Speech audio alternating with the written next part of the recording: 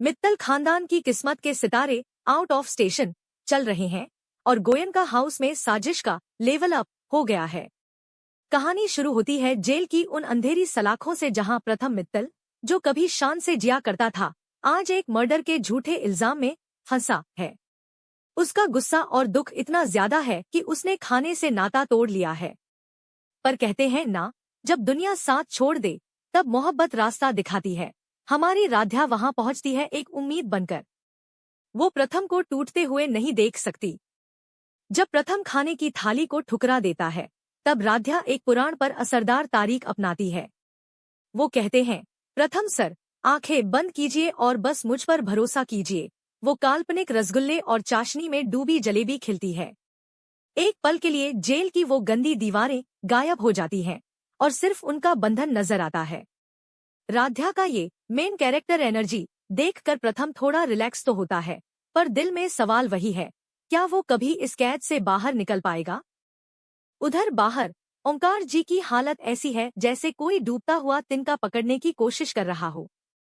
वो बड़े बड़े मंत्री और कानून के रखवालों को फोन घुमाते हैं, साहब मेरा बेटा निर्दोष है, पर जवाब में मिलती है तो सिर्फ डेड साइलेंस। जब बात मर्डर केस की हो तो बड़े बड़े सूरमा भी भूत कर देते हैं। पूरा मित्तल परिवार आपातकालीन मोड में है, लेकिन उन्हें क्या पता कि असली दुश्मन तो उनके अपनों के बीच ही छुपा बैठा है।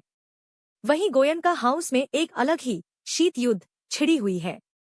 रूही, जो थोड़ी मासूम और थोड़ी कंफ्यूज है, वो नाहर, जो असलियत में एक धोखेबाज लग रहा है, से भिड़ जाती है। वो सवाल करती है कि उसने मित्तल परिवार के साथ इतनी बदतमीजी क्यों की। पर ये बंदा तो अलग ही लेवल का गैसलाइटर है। वो रूही को फेक वाइफी और एंग्री बर्ड कहकर मजाक उड़ाता है। उसका मास्क धीरे धीरे उतर रहा है। वो यहाँ किसी का दर्द बांटने नहीं, बल्कि जमीन के पेपर्स पर रूही के साइन लेने आया है। पैसा, बिजली और संपत्ति नकली है, नहर के लिए बस यही वाइब मायने रखती है। लेकिन कहानी में ट्विस्ट तब आता है जब अग्नि अपना दिमाग चलाती है। शक है कि ये बंदा स्कैमर है, तो वो एक डेंजर टेस्ट प्लान करती है। वो केरोसिन से भरा एक गुब्बारा रूही के पास फोड़ देती है और आग लग जाती है।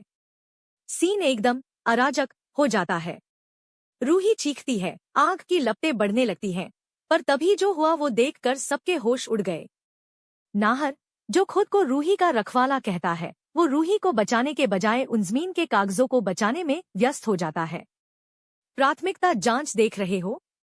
इंसान की जान सस्ती और कागज महंगे। रूही का हाथ जल जाता है और वो काफी शूक रह जाती है।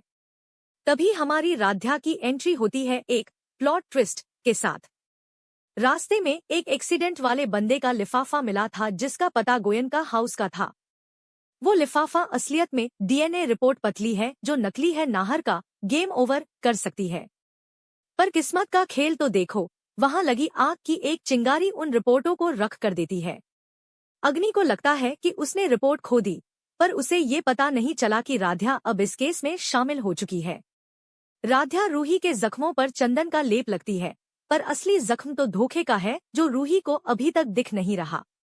अग्नि को अब ये समझ आ गया है कि ये नाहर कोई मामूली दुश्मन नहीं है, ये तो एक बड़ा लाल झंडा है जो पूरे खानदान को तबाह कर सकता है।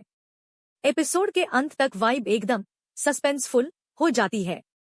एक तरफ जेल में प्रथम की बेचनी, दूसरे तरफ घर में साजिशों की ये आग। राध्या को अब समझ आ रहा है कि नाहर के पीछे कोई बड़ा राज छुपा है। दोस्तों, ये एपिसोड सिर्फ एक कहानी नहीं है, बल्कि एक सबक है कि कभी कभी जिन पर हम सबसे ज्यादा भरोसा करते हैं, वही सबसे बड़े सांप निकलते हैं। क्या राध्या इस राख से सच्ची निकल पाएगी? क्या प्रथम की मासूमियत साबित होगी या ये धोखेबाज अपना मकसद पूरा कर लेगा? मौन अतिसुंदर का ये मोड एकदम एज ऑफ द सीट वाला है। अगला कदम क्या होगा, ये तो वक्त ही बताएगा। पर एक बात तो तय है, राध्या जब तक खड़ी है, तब तक बुराई की जीत मुश्किल है।